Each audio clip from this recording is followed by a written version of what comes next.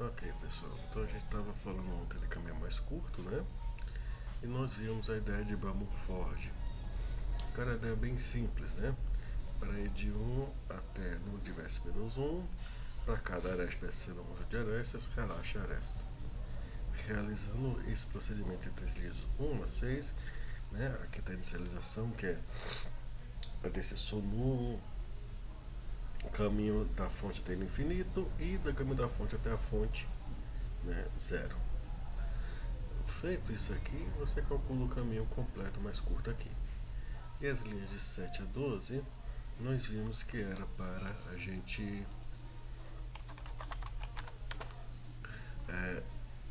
verificar se havia um ciclo negativo, não é isso? Em haver um ciclo negativo, nós então teremos que dar algum alerta para a situação. Deixa eu pegar aqui o visual.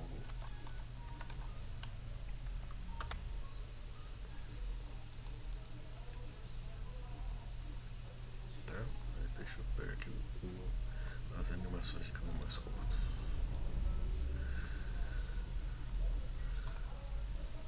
Ok? Eu vou pegar o gráfico que a gente estava trabalhando ontem, né?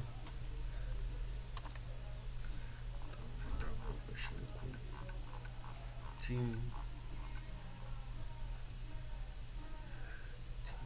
W.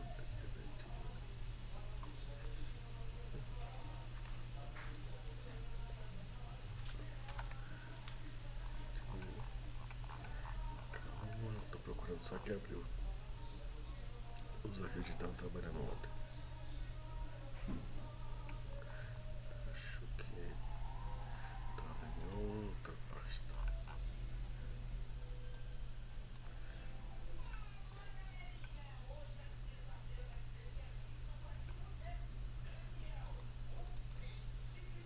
Pronto.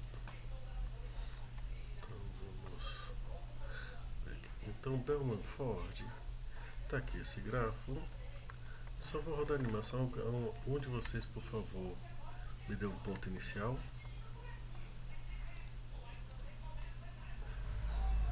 Só para ver a animação, deixa eu. O senhor está Eu compartilhando o tô PDF. tela errado, né? Tem razão. Que vai pra lá, pra cá, a gente acaba confundindo. Escolha um vértice, por favor.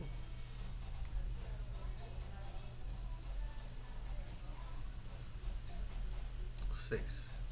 Então o que acontece? O que ele vai fazer é inicializar. Então vou botar aqui, vou botar para executar. Mas a gente vai ver. Ó, a primeira coisa que ele fez foi inicializar a fonte. Tá, deixa eu até voltar aqui. Todo mundo com a distância infinita, mas a fonte com distância para mesmo zero. Tá certo? Aí ele vai relaxar todas as arestas.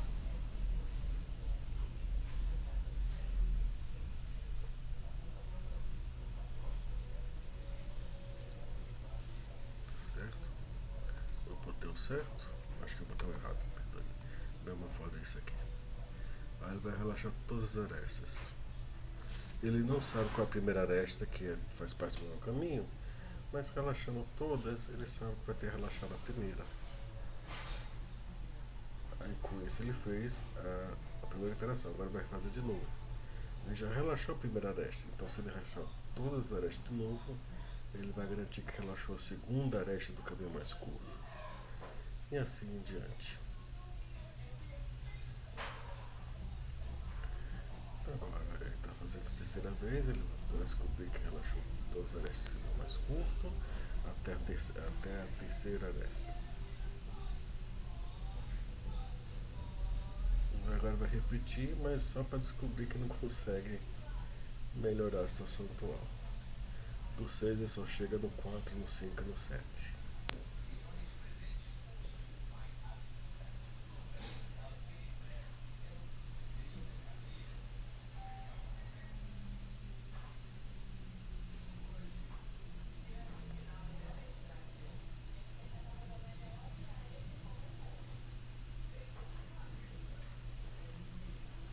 Então tá aqui, tem.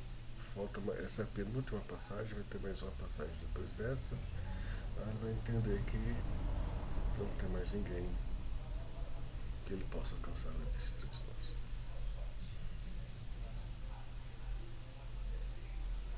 Observe que ele demora a mesma coisa. Se ele for o ponto de partida do nó, ele vai relaxar todas as arestas, número de vértices menos uma vezes.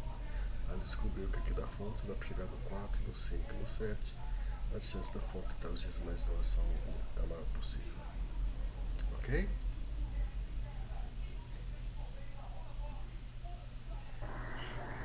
Alguma dúvida, algum comentário? Então, No caso, professor, hum, ele pega o caminho mais curto possível, né? ele vai construir o caminho mais curto através dessa sequência de relaxamento. Ele sabe que se o grafo tem 8 vértices, então o caminho mais curto vai ter no máximo 7 arestas.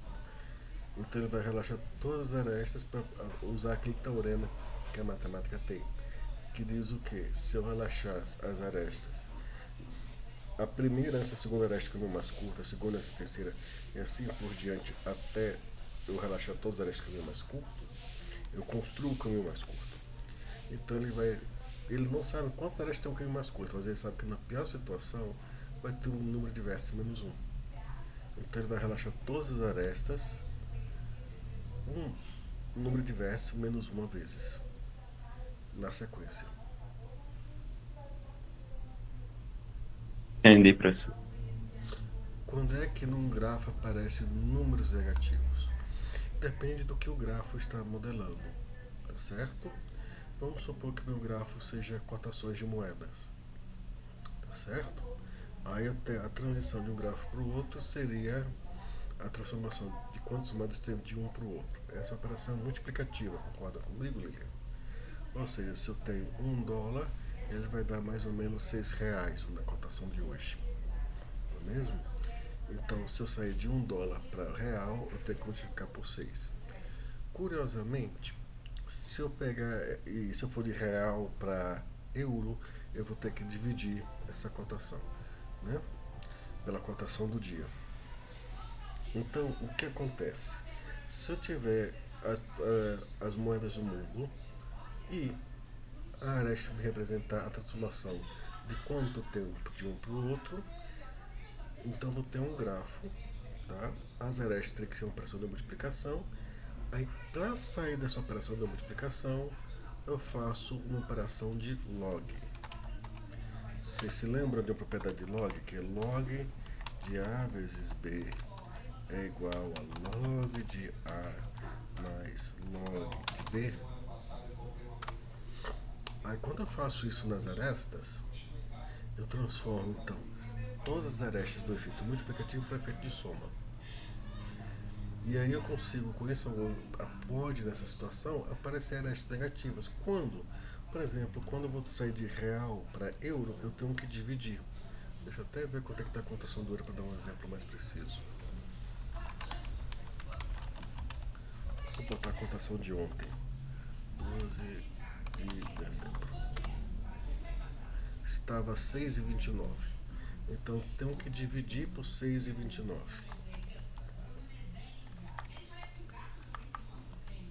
E dividir por 6,29 é a mesma coisa que eu multiplicar, né? Por 0,15, certo? Isso é igual a 0,15, multiplicar por 0,15. 0,15 um quebradozinho a mais, 0,15, 89. Quando eu aplico log para evitar a multiplicação, né? Deixa eu ver aqui para o modo científico, e eu calculo isso aqui. Não, não, tá faltando.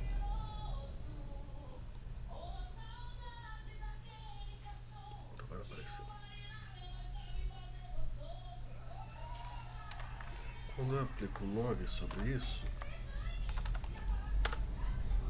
ele fica, vou botar aqui no chat, 0,79. Então apareceu minha aresta de pesos negativos. Tá bom, Lira? Aí o que acontece? Um caminho mais curto, vamos dizer assim, entre duas moedas, seria aquela que me daria a melhor transformação de uma moeda para outra, tá certo? No entanto, se eu tiver um ciclo negativo, ou seja, o que é um ciclo negativo? Eu saio de dólar para real, de real para euro, de euro volto para dólar e saio com mais dinheiro do que entrei. Se isso acontecer, é porque eu tenho um ciclo negativo no grafo. Então a gente quer detectar esse tipo de situação. Consegui esclarecer um pouco, Lilian? Eu baguncei mais, sem querer.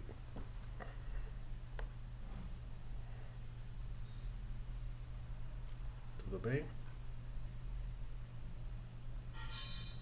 Então você pode ter arestas com pesos negativos, tá bom? A depender da sua aplicação ou do que o gráfico está modelando.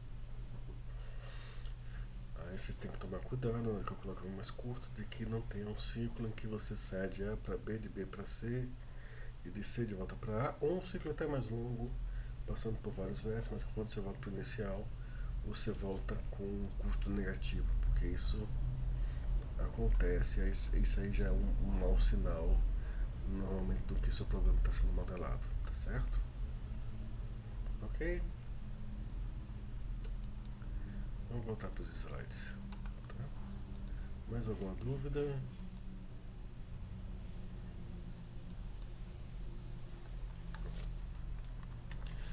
Como vocês viram, o Bellman Ford ele é bem lento, né?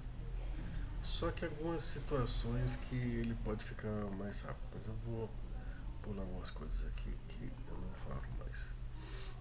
A impressão do caminho é a mesma daquela busca e largura. A gente vê só no passado de ontem. Pronto, aqui está um exemplo de arbitragem em moeda. Né? Então, por exemplo, eu posso sair de dólar canadense para dólar americano. De dólar americano eu vou para o euro. E do euro eu volto de novo para o dólar canadense. Vou pegar esses números aqui e jogar na calculadora. Aí vamos ver com quanto eu saio. Vamos supor que tenho 100 dólares canadenses. Eu vou jogar para vocês verem a calculadora, para vocês verem o que eu estou fazendo. Mas é com base nessa tela. Tá certo?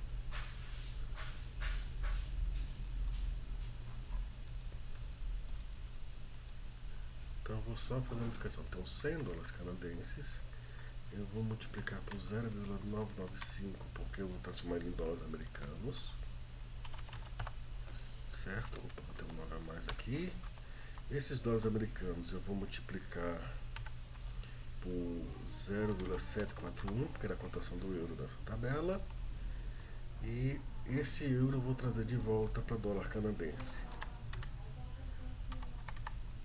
Tá? E o resultado disso é 100,71. O que quer dizer que eu comecei com 100 dólares canadenses e eu fiz essas transformações de moedas de um para o outro e saí com 71 centavos a mais. Poxa, pessoal, você não ganhou nada.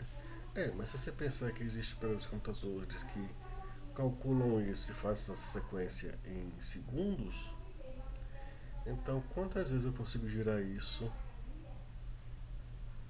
em uma hora? E aí começa a gerar dinheiro.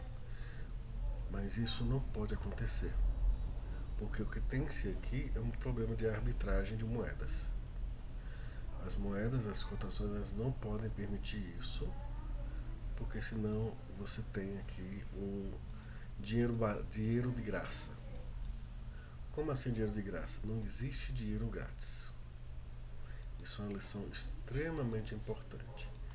Quando você tem uma situação dessa, o algoritmo de Bellman-Ford ele é usado para detectar isso. Aí vai um outro algoritmo corrigir essas três cotações, as cotações dessas moedas, de forma que se eu passar de uma para outra, eu não saio com mais dinheiro do que entrei em menos de um segundo, tá? Ou em menos de um minuto. Porque se eu fizer isso, chega um cara, ele bota 100 mil dólares, aí ele vai sair com 100 mil e 710 dólares, ele vai girar de novo, vai sair com mais dinheiro, ele faz 100 giros disso, ele começa a ficar milionário do nada. Isso quebra qualquer mercado financeiro do mundo. É a forma de você quebrar a economia do mundo, Cleiton. Então isso aqui esse é até um dos usos do Bellman Ford, é detectar isso para essa correção. Tá? Você pode ganhar com transformando de uma moeda para outra, mas você tem que ter um intervalo de tempo. Você não pode fazer isso várias vezes por minuto, senão isso é detectável e isso acontece e alguém ganha dinheiro do nada dessa forma. E como consequência você colapsaria a economia do mundo. Tá? Dinheiro ele tem que mudar de valor porque há um aumento na qualidade da educação das pessoas, há uma melhoria de tecnologia que permite produzir mais, tá certo? Aí nessas situações os dinheiros devem se valorizar ou desvalorizar com base nisso e com base nas reservas cambiais de cada país. Então, quando você tem algo que gera dinheiro assim de graça, só passou de uma moeda para outra, é porque a gente quando tem essa atratividade, como eu falei, esses critérios, eles são critérios humanos, né? Então, os Estados Unidos agora, o Trump assumiu, o Bitcoin disparou, as medidas anunciadas por Trump geram a expectativa de um dólar mais forte, então o pessoal vai atrás disso. Em comparação ao nosso país, nós estamos com os princípios econômicos frágeis já há muito tempo e não há ninguém se movendo com seriedade suficiente, nenhuma proposta séria o suficiente para fortalecer a nossa moeda, nem para melhorar a nossa educação, nem para permitir que novas tecnologias entrem no Brasil. Então, dessa forma, nossa moeda se desvaloriza. Até porque a gente está andando na contramão disso. Nós aumentamos o imposto de importação e nós não somos produtores de tecnologia de automação, o que significa dizer que a tecnologia para entrar no nosso país fica mais caro, então nossa produtividade baixa e o valor do nosso dinheiro também. O que vai gerar inflação para a gente, mas isso é uma conversa para uma aula de economia, que não é o meu caso aqui, eu não sou professor de economia. Mas entenderam quando é que surge um ciclo negativo. Um exemplo, né? Observe que existem muitas outras aplicações, várias das quais eu nem consigo conceber, me escapam, aí vai. Então, por exemplo, isso aqui eu fiz a conta uma vez, se o cara girar é, 1 dólar 7 mil vezes por minuto, ele gera 420 mil dólares por hora. Esse cara fica rico rápido. Só que não pode, a gente detecta e corrige isso daí. Tá bom? Isso aqui é complexo, a gente começa a falar disso semana que vem. Uma forma de Bellman Ford ser mais ágil é quando a gente tem um grafo que não contém ciclos. O que é que vai gerar isso? Novamente, sua aplicação. Por exemplo, você pode ter uma situação que você não tenha ciclos, porque cada parte do gráfico, cada nó representa um estágio de produção ou máquinas em paralelo no sistema de produção. E raramente você tem sistemas de produção em que você chega no final e volta. Acontece em algumas indústrias, os processadores têm esse ciclo, mas a maioria delas não tem isso. Você vê uma produção de carro, você começa com uma ponta e na outra ponta você sai com o carro pronto. O mesmo com teclados, ventiladores, instrumentos musicais e etc, etc, etc. Então, quando eu tenho um gráfico direcionado, eu posso ordenar por topologia. A gente faz isso usando a busca em profundidade. E aí eu faço a ideia do relaxe mais para os vértices na ordem topológica.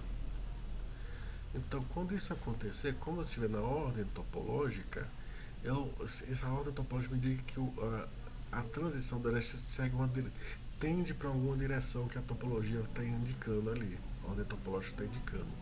Então, você relaxar as arestas nessa ordem topológica nos permite calcular o caminho do grafo, o mais curto do grafo inteiro. Então, eu acho que isso aqui está melhor na animação. Então, deixa eu ir para lá, para a aba de animação, a gente vai ver isso. Acho que deve ter um exemplo aqui de grafo. Não, tem aqui, close, cancel.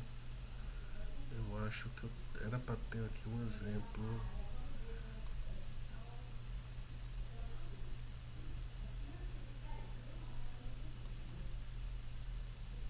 Pronto, aqui um trilho de trem, um trajeto de ônibus.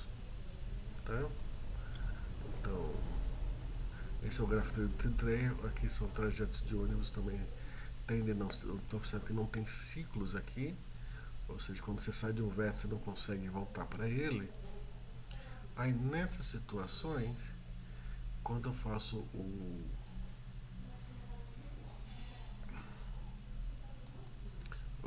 Se eu fizer uma busca de profundidade a partir do nó zero, eu construo a ordenação topológica, né?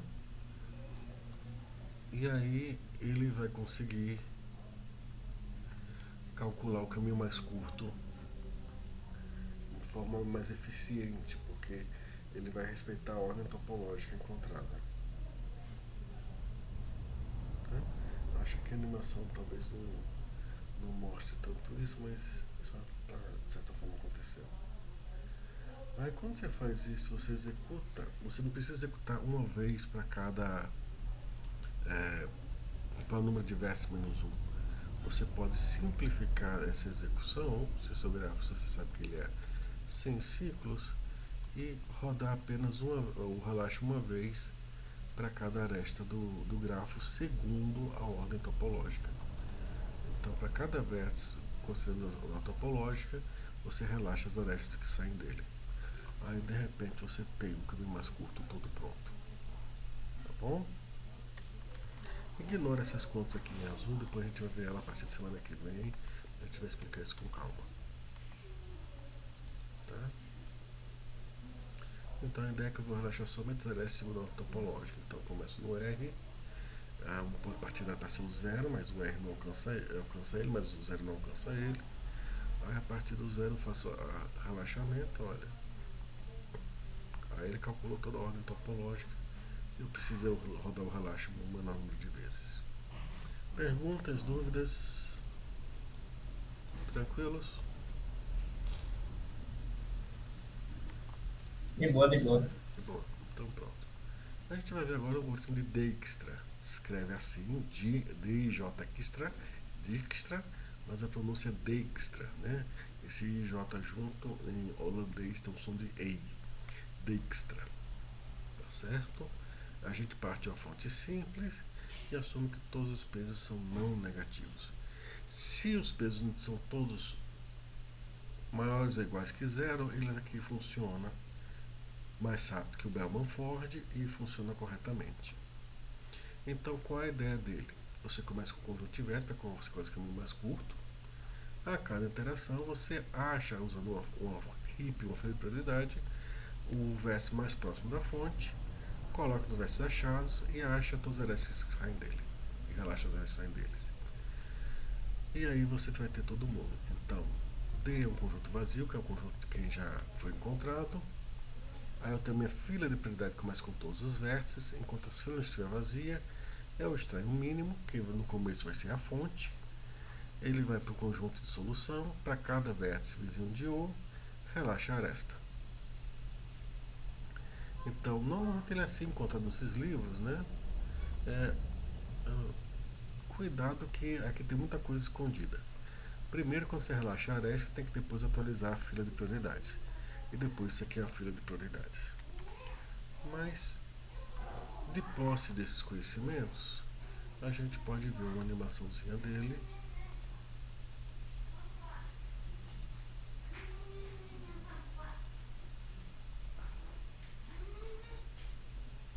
Eu vou pegar aqui um grafo qualquer, né? Nossa, só tem grafos grandes aqui. Esse aqui está um bom grafo. Vamos ver um gráfico que seja visível. Pronto. Então, se eu usar ele, eu começo, por exemplo, a partir do nó zero. Deixa eu ver, vamos ver que é o nó zero aqui, né?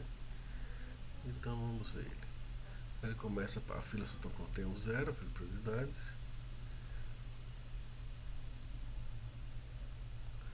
Pronto. Já calculou o caminho mais curto, né, basicamente. Mas vamos ver essa animação passo a passo. Então, ele inicializou, então a fonte tem distância zero. E aí ele botou na fila de prioridades as arestas, os nós, né? Então, quem está mais perto? Aqui, quem está mais perto é a fonte.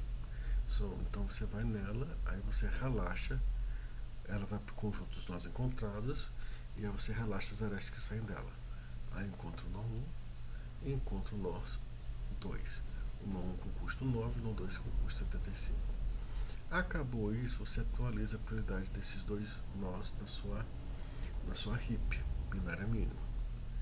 Atualizou ela, aí você pega o menor deles, que tem a prioridade menor, que no caso é o 1, que tem prioridade 9, porque é o custo que nós levamos para achar ele. Aí eu vejo que eu acho ele, aqui eu acho por 95, aqui eu acho por 42, né? Então 2 continua com o caminho original dele, 75, e agora encontrei o 4. Aí entre o 2 e o 4, observe que o 4 tem um custo menor na heap mínima, então ele vai sair antes do 2. Aí eu acho o 3, né? E do 3 eu acho ali. E agora ele vai para o 2, que é o próximo custo mais curto, não melhora, e o 3 que não melhora. Entenderam?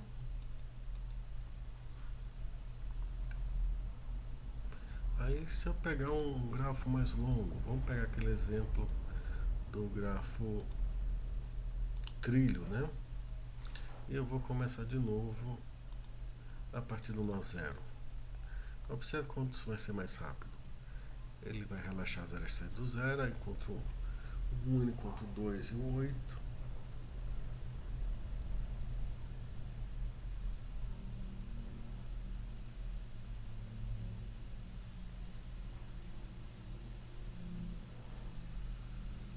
E pronto. Basicamente, quando ele acabar a fila de prioridade deles, não vai ter mais ninguém encontrado e basicamente se encerrou. Ok? Entenderam a ideia dele? Entenderam? Vamos usar o pseudocódigo e eu vou destacar os cuidados com ele. Porque ele foi feito numa época em que a computação era muito mais matemática do que qualquer outra coisa, né? Então, observe que a linguagem dele é realmente mais para matemática. Então, cuidados. Extrair o mínimo aqui, em primeiro lugar, aqui é uma fila de prioridade, essa aqui. Porque já está o quê? Que já está a ideia de fila, né? Kiwi. Quando botou extrair o mínimo, aí a gente sabe então que é a fila de prioridade. Quando você vai fazer a relaxe, você tem que atualizar as prioridades dos vértices ali. Como? Quando eu encontro um vértice que ele tem uma distância menor do que o previamente encontrada, isso é ajustado na heap para que seja consertada a prioridade. Observe que se eu melhorei um nó em uma heap mínima, ele pode ascender na árvore de heap e aí fica mais fácil de ser removido. Ok? Alguma dúvida? Não. De boa, de boa. De boa. Ótimo. Então, antes de eu prosseguir, e o próximo algoritmo seria o para encontrar o caminho mais curto entre todos os nós do gráfico, entre todos os pares. Eu vou começar, a gente está vendo que tem alguns algoritmos, por exemplo, o Dijkstra e Bamorford, eles resolvem o mesmo problema, caminho mais curto, mas um é muito mais rápido que o outro. E aí a gente vai começar, mesmo que a gente viu coordenação, a gente está vendo agora que isso tem vários problemas, a gente tem métodos diferentes de resolver o mesmo problema, e esses métodos eles têm desempenho diferente. Então, para não ter que ficar botando um conjunto grande de dados e aí então tentar entender como é que esse conjunto grande de dados meio que se comporta em vez de ficar fazendo experimentos, é interessante eu saber o que é que eu fiz no meu código que deixou ele mais rápido ou mais lento, né? Então, deixa eu abrir aqui. Tenho certeza que tem um lugar aqui que tem cheio de algoritmos, acho que é isso aqui. Aí eu vou mostrar um monte de algoritmos, a gente vai ver isso aqui. Algumas coisas. Deixa eu ver se eu consigo.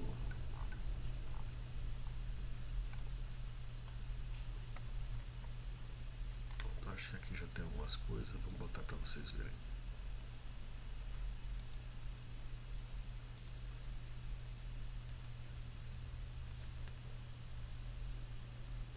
Ok. Aqui estamos no exemplo 1, tá certo? Ótimo. Pergunta simples, acho que todo mundo aqui está incapaz de resolver, responder.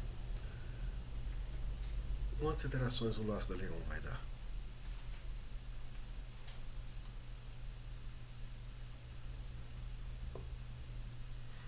Pessoal, vou dar uma pausinha aqui que eu vou precisar resolver um problema. Eu vou ter duas perguntas para vocês. Quantas iterações o da linha 1 vai dar e quantas iterações o da linha 2 vai dar e os dois combinados, tá bom? Vocês ficam aí pensando e escrevem a resposta no chat enquanto eu vou ajeitar o meu carro aqui para minha irmã sair de casa, que senão eu prendo ela em casa sem querer. Vou dar uma pausa na gravação aqui. Pronto, estou voltando aqui, gente. No exemplo 1, o laço da linha 1, quantas iterações ele dá?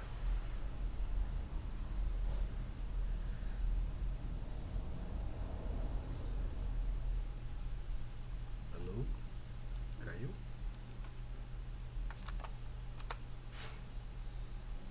Estou escutando, professor. Ok. No exemplo 1, quantas iterações o primeiro laço dá? O primeiro No laço. caso, Aqui ele não está dando a resposta dos dois, não é isso? Laço 1 e laço 2. Os dois juntos, n vezes n, e isso é uma função quadrada, né? Concordam? O da linha 1 custa n, o da linha 2 custa n vezes, só que n vezes para cada um do outro. E Cássio, esse aí é de qual que você está respondendo? Do exemplo 1 ou do exemplo 2? O 2, sim. O 2, perdão, o cachorro vai latir um pouquinho agora. Ele vai ser executado o quê? O laço da linha 1 no exemplo 2 vai ser de 1 até n. O segundo laço começa em i e vai até n. Então no primeiro momento vai ser n vezes, n iterações. Na segunda, n menos 1, n menos 2 e vai assim até chegar em uma interação, né?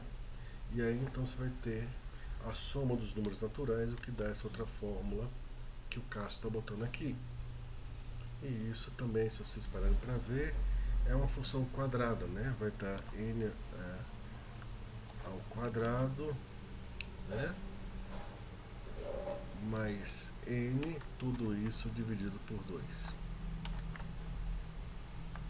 Né? Então, o que acontece é que a gente está vendo que estamos contando a quantidade de iterações. E essa quantidade de iterações, de número de instruções executadas, ela tem uma correlação intensa com o tempo que o programa vai rodar. Então, quando eu consigo organizar meu código, na forma do exemplo 1 vai custar ao quadrado, essa aqui também vai ser uma função quadrada, mas ainda vai tender a ser metade dessa primeira, e assim por diante. Né? Essa outra aqui no exemplo 3 também vai dar, embora aqui o i começa de 1, vai até n, o j começa em 0 e para em i. Nessa situação também vai dar a soma dos números naturais, né? Também vai estar n ao quadrado mais n, tudo isso dividido por 2. Tá certo? Então, quando a gente organiza as coisas dessa forma, nós estamos produzindo um número, ou seja, o tempo vai crescer com o quadrado do volume de dados que nós estamos mandando para ele. Porque vamos lembrar que muitas vezes, em vez de n, o que a gente está usando é length, ou seja, quantidade de dados. Tá certo? Aí o exemplo 4 ele vai ter uma variação curiosa. Começa em n, enquanto i maior que 0, mas observe o decremento aqui. I dividido por 2. Então, quantas iterações esse laço da linha 4 vai dar?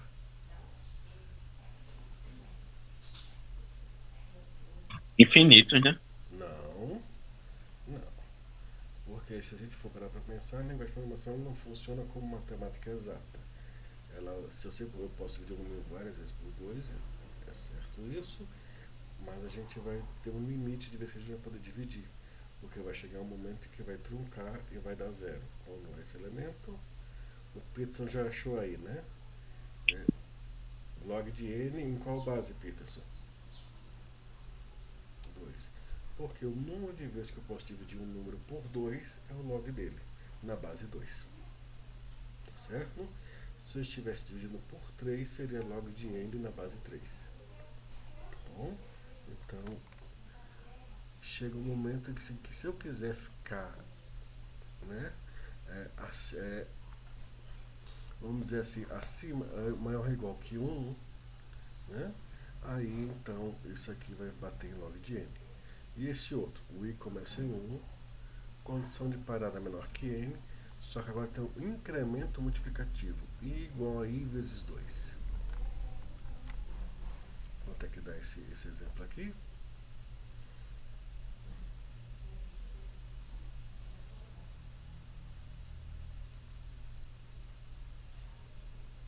Depende do número, né, professor? Uhum.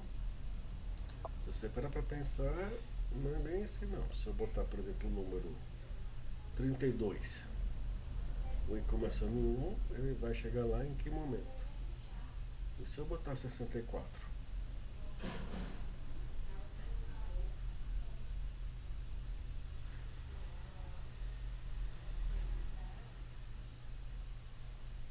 Ah, sim, entendi. Entendeu? Sim. Vai dar o que então?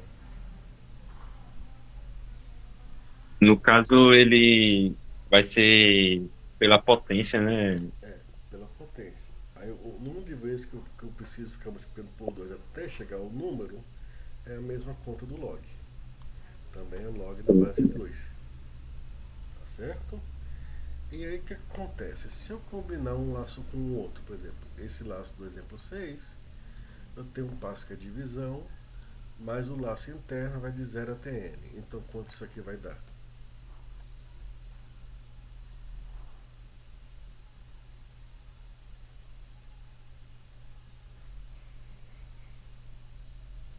Você está certo ali naquele exemplo, agora estamos por exemplo 6. O laço externo ele vai nesse log, mas o laço interno vai até n. Então quanto é que dá isso daqui?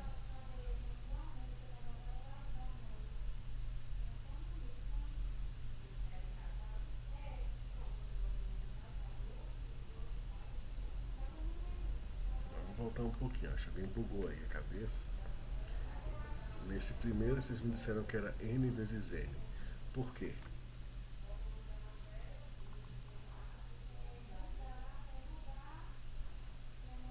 Desse exemplo era n vezes n. Por quê?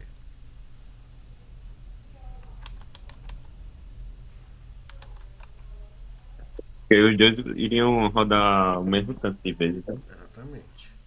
Você tem um laço externo, que vai ser n vezes, e um outro n vezes para cada um do externo. Se você aplicar esse mesmo raciocínio aqui, o laço externo é log de n e o laço interno n vezes para cada uma das vezes do anterior. Então isso aqui dá o que o pessoal botou aqui, né? Log na base de n, na base 2 vezes n. Ou como eu gosto de escrever, n vezes log de n. Aí fica mais fácil escrever um pouquinho assim, tá certo? Pronto. Mas como é que eu posso escrever os laços desse jeito? Bom, deixa eu mostrar então como é que a gente chega, uma maneira de chegar nisso, né? Então eu vou escrever um código, vocês não vão estar vendo, mas vocês vão, quando eu atualizar, vocês vão ver, ele vai aparecer aí, tá? Ele vai estar abaixo do exemplo 6 e antes do exemplo 7. Vou chamar de exemplo 0A, tá certo?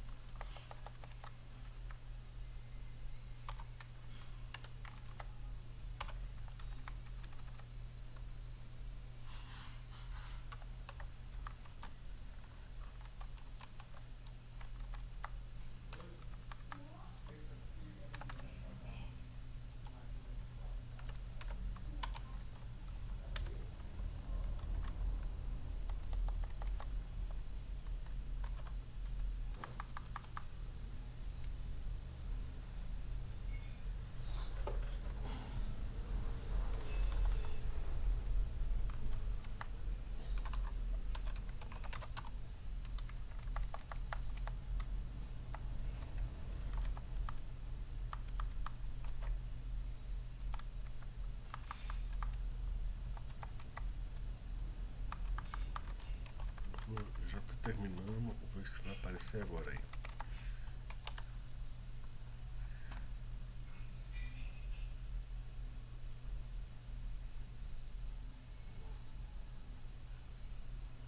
Um momentinho que aqui deu uma travada.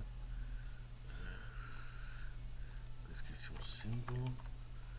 Deixa eu ver como ficou aí, ver se não sumiu. Sumiu não, né?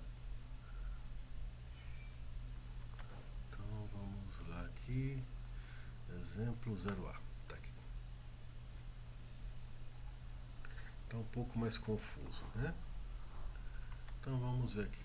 Low começa em 0 e high começa em n-1. Duas variáveis. Condição de permanência do laço, low menor ou igual que high. Tá certo? Acho que falta uma condição aqui. Só vou ajeitar ela e já volto. Faltou eu botar mais.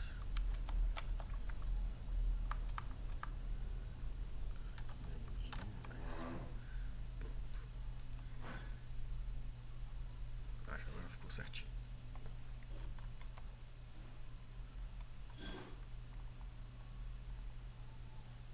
Pronto. Vamos por parte. Low começa em 0 e high começa em n, -1. Observe que low menor ou igual que high é a condição de permanência no laço. O que o laço faz? Se A no índice de low mais high dividido por 2 é ímpar, ele pega o low e pega esse índice do meio e soma mais 1, ou seja, move ele para cima. Tá certo? Esse low mais high dividido por 2 é o índice do meio, né? Mais 1. Se não, se o índice for par, ele pega o índice mais alto, vira o ponto do meio, -1. Então essa é a pergunta mais difícil. Mas se você parar para ver, ela não difere das perguntas anteriores. Com o raciocínio anteriores se descobre. Porque o que acontece? Low mais high, ou o trecho de low mais high, é o seu vetor inteiro. Não é isso? Se eu movo o low aumentando o valor do zero para o índice do meio, eu estou jogando para fora a metade dos índices, concorda?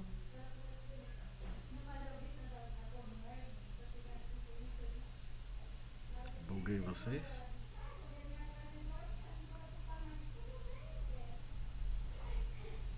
Sim. Ok. Pense o seguinte: o laço para quando o low passa do high, não é isso? Pronto. Toda vez que o número for ímpar, eu somo metade do array para o low. Toda vez que o número for par, eu pego metade do que sobrou do array e decremento do high. Então, quando é que um passa do outro? Se você parar para pensar, no começo a distância entre low e high é o tamanho do vetor. Depois de uma interação, ou porque eu somei metade dos valores para o low, ou porque eu subtraí metade dos valores do high, eu encurtei essa distância para metade. Na interação seguinte, eu vou novamente encurtar essa interação pela metade, seja aumentando o valor do low, seja reduzindo o valor do high. Então, a cada interação, eu estou reduzindo a distância entre esses dois índices pela metade. Quanto tempo até eu violar a condição de parada?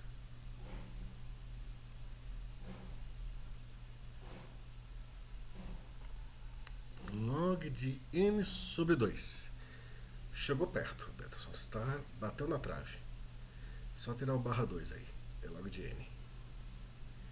Porque eu estou cada vez reduzindo a distância pela metade. Nem sobre 2. O Peterson está certo.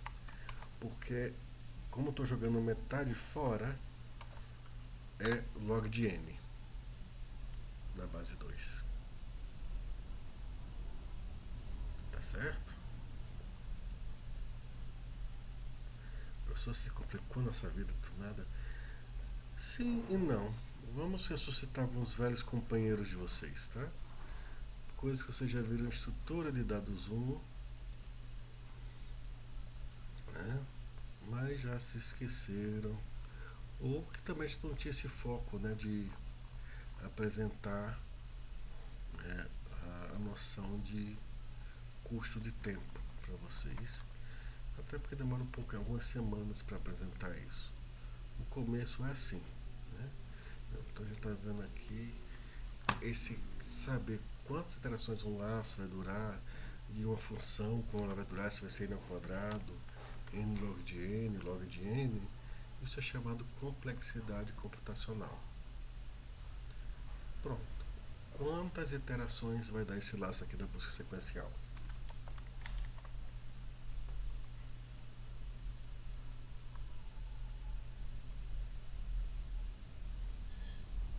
Quantas iterações isso aqui vai dar? Começa em 0 até n-1.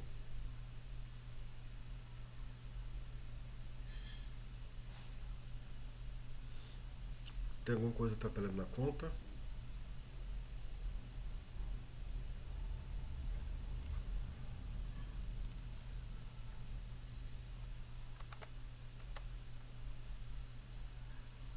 Professor, repete a pergunta, por favor. O laço da Leão, quantas iterações ele vai dar?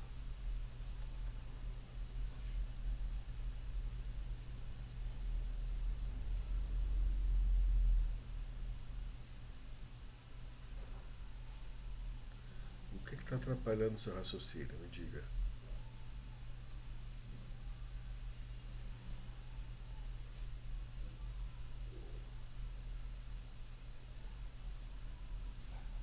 Vocês não conseguiram agora há pouco me dizer quando era n ao quadrado, quando era log de n. n-1 interações. Ou n vezes. Vamos lá. Ótimo. Quer calcular a complexidade disso aí? No n-1 que você falou? Tem alguma instrução que vai demorar mais que esse laço, Lilian?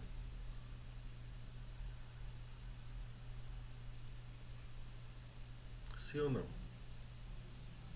Eu não vejo nenhuma. Se vocês veem alguma instrução mais lenta que esse laço?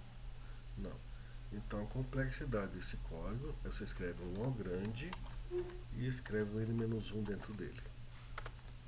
Você acha a instrução que vai ser executada mais vezes, diz quantas vezes ela vai ser executada e bota um O grande na frente. Professor, no livro não aparece assim, é porque o pessoal não quer saber de constante somando. Aí se você tiver uma constante somando, você tira, somando ou subtraindo, você tira ela. Aí não está n-1, então ele vira O de n.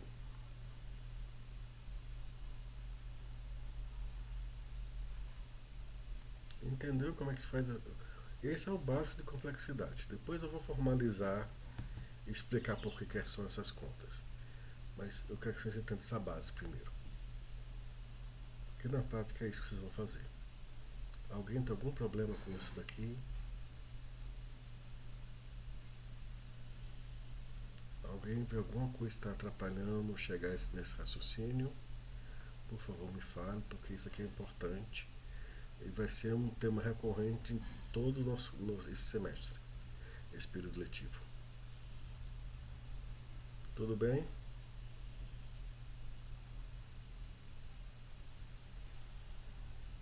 Tudo bem. Ok. Deixa eu mostrar aqui outro velho amigo de vocês. Tá?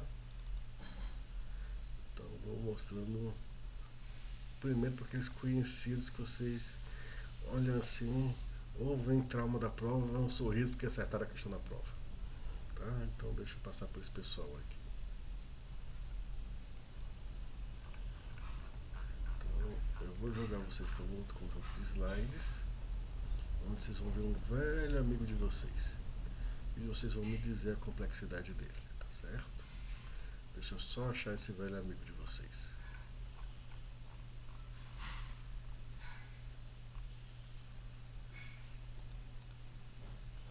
Esse aqui não, é mais...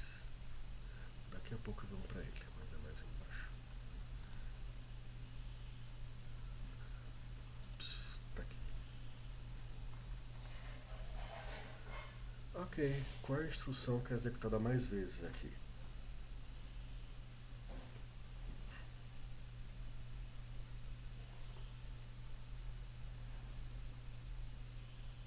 Alguém pode me digitar no chat a instrução que é executada mais vezes? Por falar no microfone.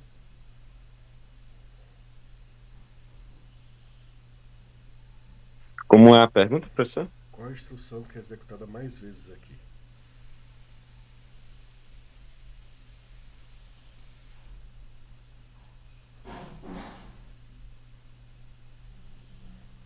Algumas dicas. Se tiver um laço, ele é suspeito. Se ele for um laço alinhado, ele é um suspeito maior ainda. Um outro suspeito é chamada de função.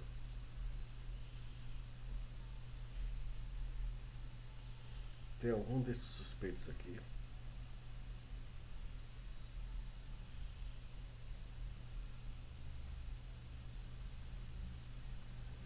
Tem o Si da linha 4, tá certo? Por que você escolheu esse Si, Cássio?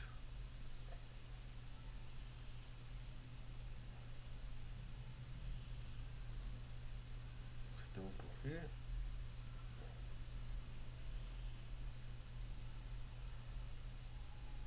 Entender o porquê implica entender o que está acontecendo.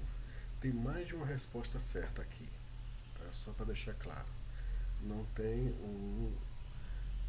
uma linha inequívoca. Tem duas e elas têm exatamente a mesma ordem de valor. O Cássio pegou uma delas. Qual é a outra? Para J de I mais 1 até o comprimento do vetor. É isso? Exatamente. Essas duas instruções. E elas são executadas basicamente quase que exatamente o mesmo número de vezes. Quantas vezes esse laço da linha 3 é executado?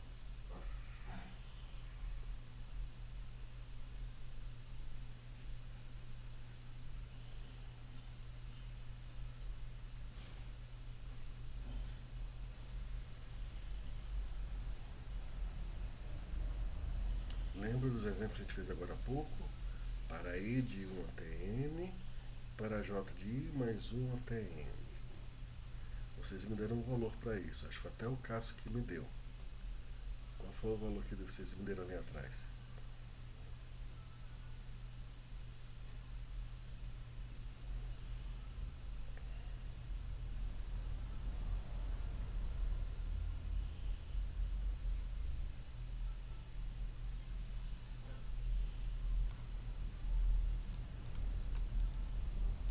Foi aquele do N vezes N menos um, alguma coisa assim? N Do exemplo é 2? deu N vezes N mais 1 substituído É, por 2, que dava N ao quadrado, não é isso? sim, sim. Sim, então a complexidade desse aqui vai ser O de N ao quadrado, ou de N ao comprimento do vetor. O professor não sabia que N era o comprimento do vetor. Você podia escrever comprimento ao quadrado, também aceitava. Mais N.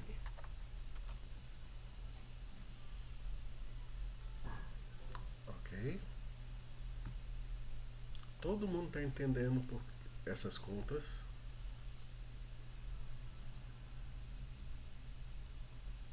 Ah, professor, você errou. É O de N ao quadrado mais N, e tem tudo isso, tem que ser dividido por 2. Então não é desse jeito que você está fazendo não, professor. Você esqueceu de dividir por 2. É verdade, eu esqueci de dividir por 2. Depois eu explico por que eu esqueci e por que vocês vão poder esquecer sem errar na prova. Tá certo? Tem uma razão para isso. Tá? Algum problema com essa conta?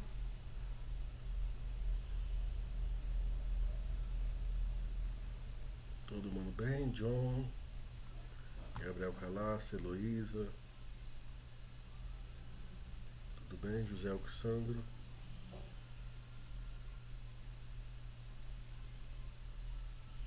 Pronto.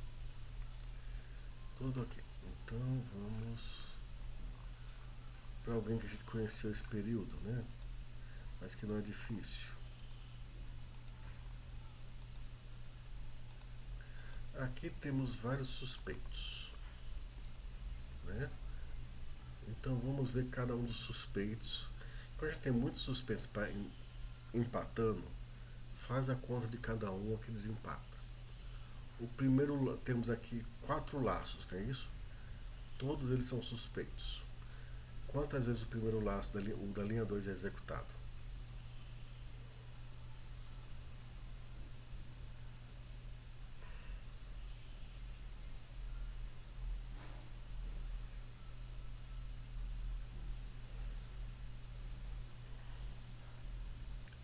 O laço da linha 2 aqui, quantas iterações ele dá? K. Então ele é O de K. Ok. Esse é esse primeiro laço.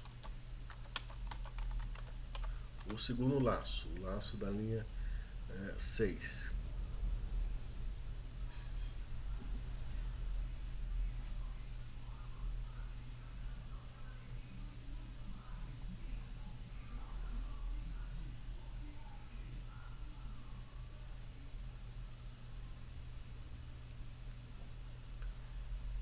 N-1. Então, o segundo laço é O de N-1, só que a gente falou que constante somando ou subtraindo não faz diferença. Isso é o segundo laço. Até o momento, nós temos O de K mais O de N. Tá?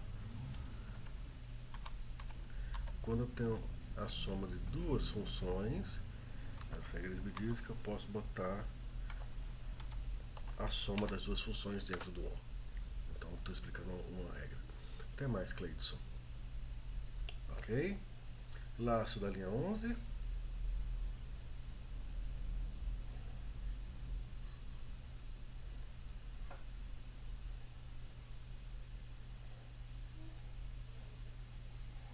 Quantas iterações do laço da linha 11?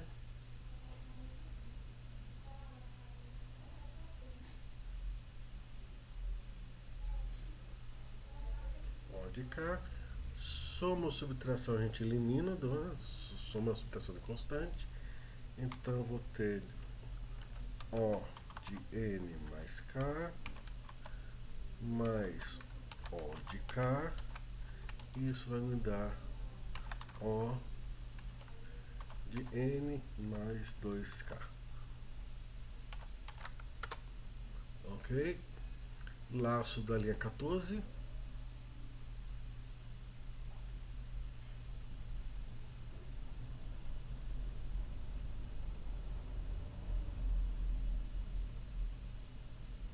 O de N menos 1. Eu tiro menos 1, soma de constante, subtração de constante. Eu posso eliminar. E aí isso fica O de N mais 2K mais O de N, né? Isso vai dar O de 2N mais 2K. Ok? E essa é a complexidade desse rapaz, conforme eu mostrei para vocês até o momento. Na verdade vai ficar mais simples que isso, mas não muito mais simples que isso. Estamos bem perto. Entendidos? Sim. Tranquilo até o momento. Pronto. Eu vou parar por aqui hoje. Quinta-feira que vem a gente continua a complexidade. Tá bom, pessoal? Então, vou para a gravação agora.